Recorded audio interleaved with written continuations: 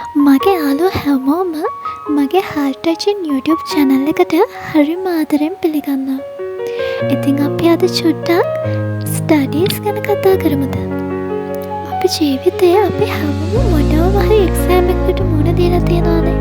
ඉතින් එහෙම මුහුණ දෙද්දී අපිට විවිධාකාර යාළුවෝ හම්බෙනවා. චුටි උදාහරණයක් දෙන්නම්. ඔන්න අපි හරිය ලෑස්ති වෙලා ස්කෝලේ එක්සෑම් එකක් ලියන්න යන දවසක්. හරිද? ඔන්න ඉතින් අපි හැමෝම ගිහිල්ලා අපි ආශ්‍රය කරන යාළුවන්ගෙන් අහනවනේ අනේ මම පාඩම් කරලා දාවේ කියලා. එතකොට යාළුවා දෙන උත්තරේ තමයි අනේ පිස්සුද බං මොන පාඩම්ද? ඔය දන්න දෙයක් ලියලා නිකන් ඉන්නවා කියලා කියනවා. හැබැයි යාළුවගේ රිසර්ච් එකේදී අපිට උණගෙන රිසර්ච් එකක් කියලා දාලා තමයි ඉන්නේ. එතකොට තේරෙන්නේ අපි ළඟින් ඉන්න අය ඇයි අපිට මේක බොරු කියන්නේ කියලා. ඇත්තටම කරන්න ඕනේ ඔයාගේ වටපිටාවේ ඉන්න අය විශ්වාස කරගෙන එයාලා කියන දේවල් අහන එක නෙවෙයි. ඔයාව විශ්වාස කරන්න. ඔයා ගැන හිතලා ඔය තනියම මහන්සි වෙන්න. අනිත් අය මැද නැහෙන්න යන්න එපා. මොකද එතකොට වෙන්නේ අපේ ජීවිතේ ආපස්සට යන එක. අනිත් මිනිස්සුන්ට ඉරිසියා කරන්න එපා.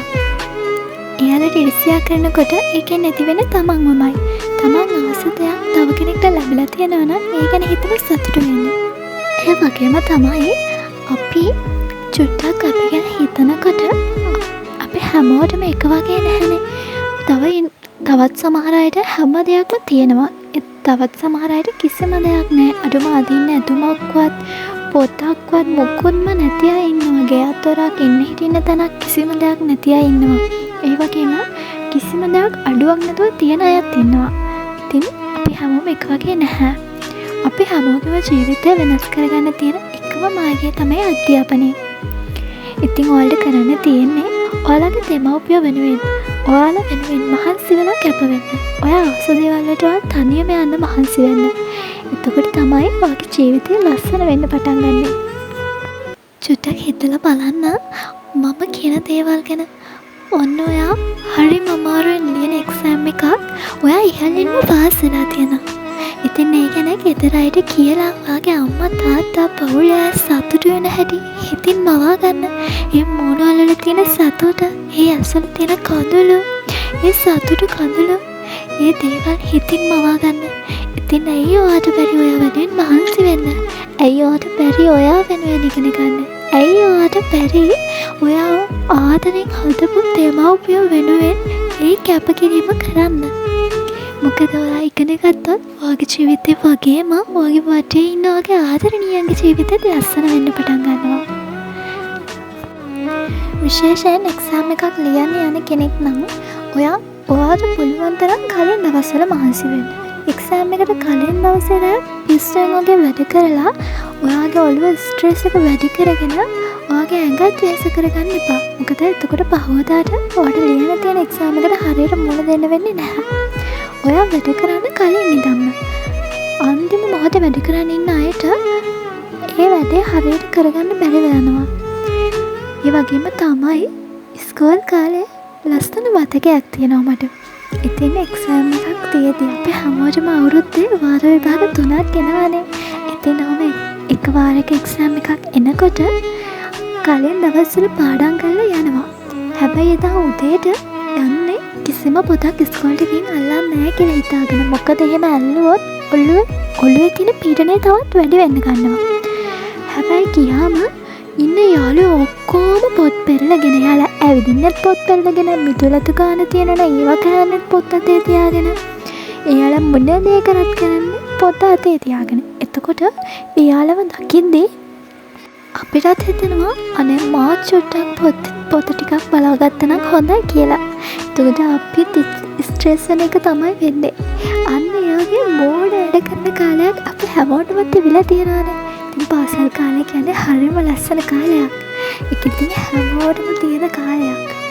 ඔයා සමහර විට ඒ කාලේ වේදින ගමන් ඉන්න කෙනෙක් වෙන්න පුළුවන්. එහෙම නැත්නම් ඒ කාලේ පහු කරලා ගිහිල්ලා දැන් ඒ කාලේ ආපහු යන්න තිබුණා කියලා හිත ඉන්න කෙනෙක් වෙන්නත් පුළුවන්.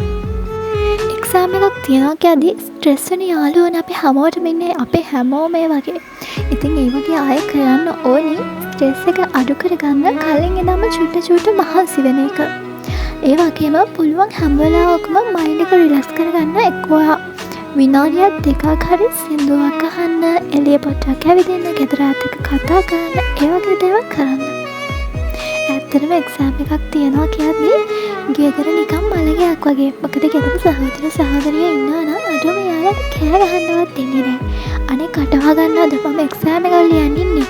තමසගේ කටේ සති නිසා මට මේ වැඩක්වත් කරගන්න වෙන්නේ නැහැ. අන්න ඔය වගේ වචන කියලා අපි ඇත්තටම එක්සෑම් එක ලියනවා කියලා හරි අලි ඔලුවෙන් ඉන්න කාලයක් තිබිලා තියෙන අපි හැමෝටම ඉතින්. ඔයාලා ඉතින් මොනවම හරි එක්සෑම් එකක් ලියන්න ඉන්න කෙනෙක් නම්, ලියන කෙනෙක් නම්, ලියලා ඉවර කෙනෙක් නම් ඉතින් මට කියන්න තියෙන්නේ ඔයාලා මොන දෙයට මුණ දුන්නත් ඒක ඔලුවට ගන්න එපා. ඕනවට වඩා ඒක ගැන කියවලා, ඕනවට වඩා ගෙදර මිනිස්සුන් අත ස්ට්‍රෙස් කරලා බොරුවට නිකන් එක්සෑම් එකක් කියලා හැමතැනම කිය දඟලන්න යන්න එපා. තමන් තනියම මහන්සි වෙන්න. එතකොට තමයි ඒකේ ප්‍රතිඵලය රහ දැනෙන්නේ. වැඩිපුරම වටේට කියන මිනිස්සුන්ගේ අන්තිමට රිසල්ට් එක ආවම ඒක යා හේතන මට්ටමට වඩා අඩු රිසල්ට් එකක් වුණා මූණ දෙන්න බෑ වටේ ඇයි. ලැජ්ජයි. කොහොමද ඔයාලා වැඩ කරේ? කොහොමද අපිට කිව්වේ? අර විදියට තමයි කිව්වේ. දැන් පේනවනේ රිසල්ට් එක. කට විතරයි. ඔන්න ඔය වගේ දේවල් මිනිස්සු කියන්නේ. ඉතින් එහෙම දේවල් කරගන්න ඕනේ නෑනේ. තමත් තනියම සත්‍ය නොකර තමන්ගේ පාඩුවේ වැඩේ කරගෙන යන්න. අනිත් හැමෝටම දෙන්නලා ඉවර වෙලා එක කරා කියලා පෙන්නන්න. එතකොට තමයි ඒකේ අගය දැනෙන්නේ. මගේ යාළුවෝ හැමෝටම ජයම වේවා. ඉතින් වගේ කතාව අහගෙන ඉන්න හිතුණද නැති කියලා නම් දන්නේ නැහැ. අඩුපාඩුත් ඇති. කොහොම හරි කමක් නැහැ.